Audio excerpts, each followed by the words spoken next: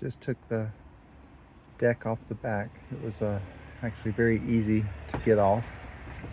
It only had a few rivets holding it in, and most of those were pop. And then all that was really holding it was this back little angle on the transom there, and then another one over here, and then this little weld here and this little weld here. All the other angles rivets had popped. And then this is what I find. So it's actually, pleased to find some foam in there. Each of those compartments, I measured them, should hold about 7 cubic feet, 7.5 cubic feet. But so that's probably half that. They're about half full, I guess. But check this out. These two channel supports are just broken and gone. They were laying in there just like this. I guess that one goes there, and this one goes here. So that is gone, and the rivets that were in them obviously weren't holding anything. So those are, I'm glad I took this off, because that's all broken and needs to be fixed. And then it's not quite as bad over here. This one's still attached, no broken welds, but that one back there is broken. So it's completely useless. And then it looks like, now that I'm looking at it in the daylight, that one's broken too. Huh, okay, well, I got my work cut out for me to dig out this foam, start fixing this structure. Once I get that foam out, I'll come back and we'll see what the floor looks like. Got most of the foam dug out on one side now. It's basically all out except for a little bit around that. That's the hose that goes to the bilge pump back here in the back. Looks nasty, obviously. There's a lot of stuff left in here, like there's an extra piece of hose I found in there. 3 shotgun shells. They're a little bit too old to tell what your 12 gauge, but I don't know what shot size.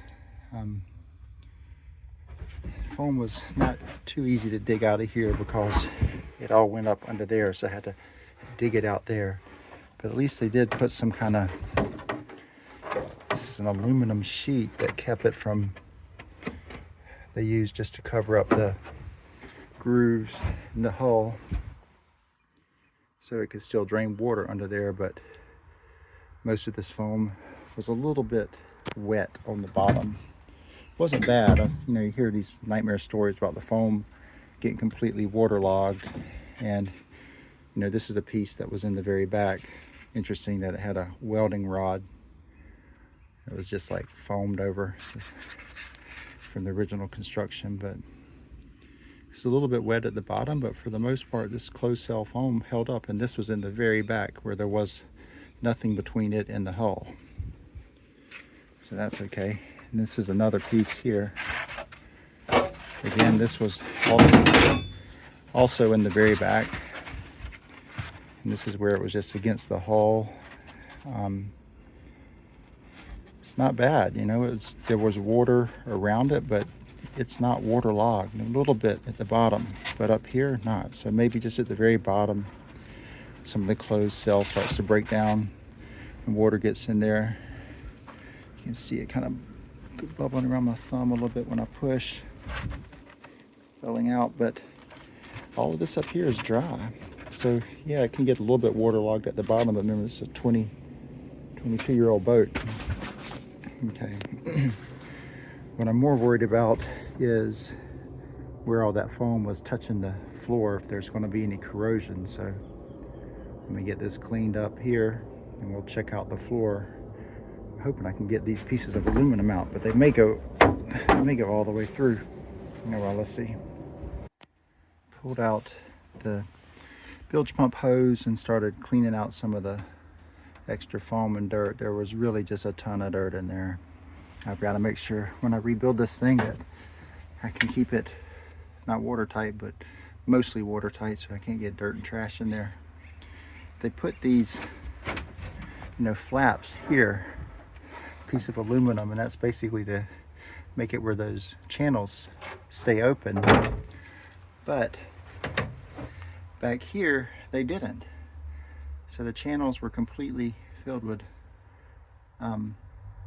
some foam and dirt and mud, so there's no way stuff could drain through there. I don't know why they didn't just cover those up too, or I guess you needed to let them get to the back, but they should have not let the foam. I mean, I guess you wouldn't want to cover those up, but you should be able to keep the foam off the top of it. And definitely need a better job keeping dirt and trash out of here. I don't think this area should be okay for shotgun shells, and I found a Sharpie and extra pipe and all falling down in there, getting down in there somewhere. Got the other side, most of the foam dug out, and it is as expected, nasty mess. Look at all the leaves in there, trash, zip ties, all kinds of stuff. Here's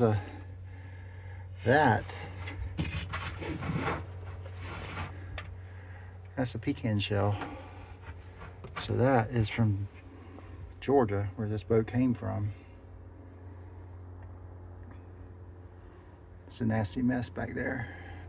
All that stuff has to be dug out and gotten out of there. Good Lord. See if this one will come out. Oh yeah, oh good.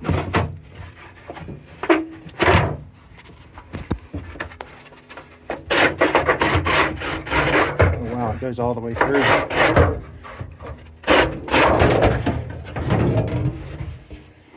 Okay, that definitely went all the way through.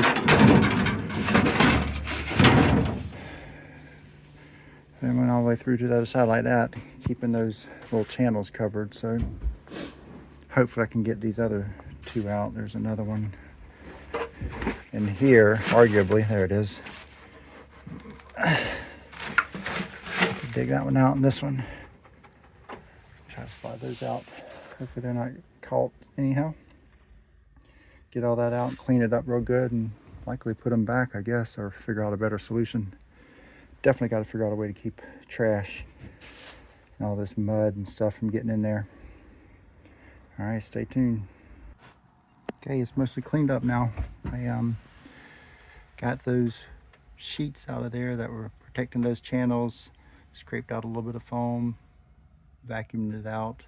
Still a little moist, I'll let that dry. I'll probably hit it with the vacuum again, scrape it a little maybe. Same thing over here. Next thing is going to be to take a wire wheel to a lot of these welds in here that are on those ribs and make sure none of them are broken. They don't appear to be broken, but I haven't taken a close look, so I need to inspect that really closely. And I need to try to get up under here, up under there, to check the ribs more in the center. That's where they tend to break most.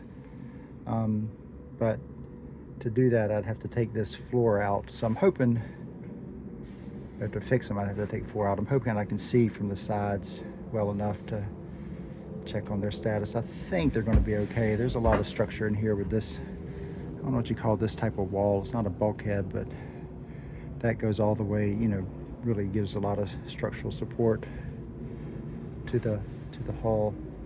And then that back rib has there's one there, 2, 3, 4, 5, transom supports on it. So for sure that thing is solid, because I can see that the transom supports are welded and not broken at all. So it's really only these 2 ribs here. So I just don't think they're going to be broken, but we'll take a look. I'm not going to do all this and then half-ass it at this point. And that's about it. Got to get that channel out of there and redo it. Probably I'll have to do it like I did in the front, where I put some, bolts. These are just welded in, but I'll put some bolts too, just to, like right here, I'll just put a bolt through here and here, just to strengthen up this. Okay, that's it. I'm gonna wrap this video up and we'll pick it up again. This is the unexpected teardown. This is the completion of that, and now I'll be back into rebuild.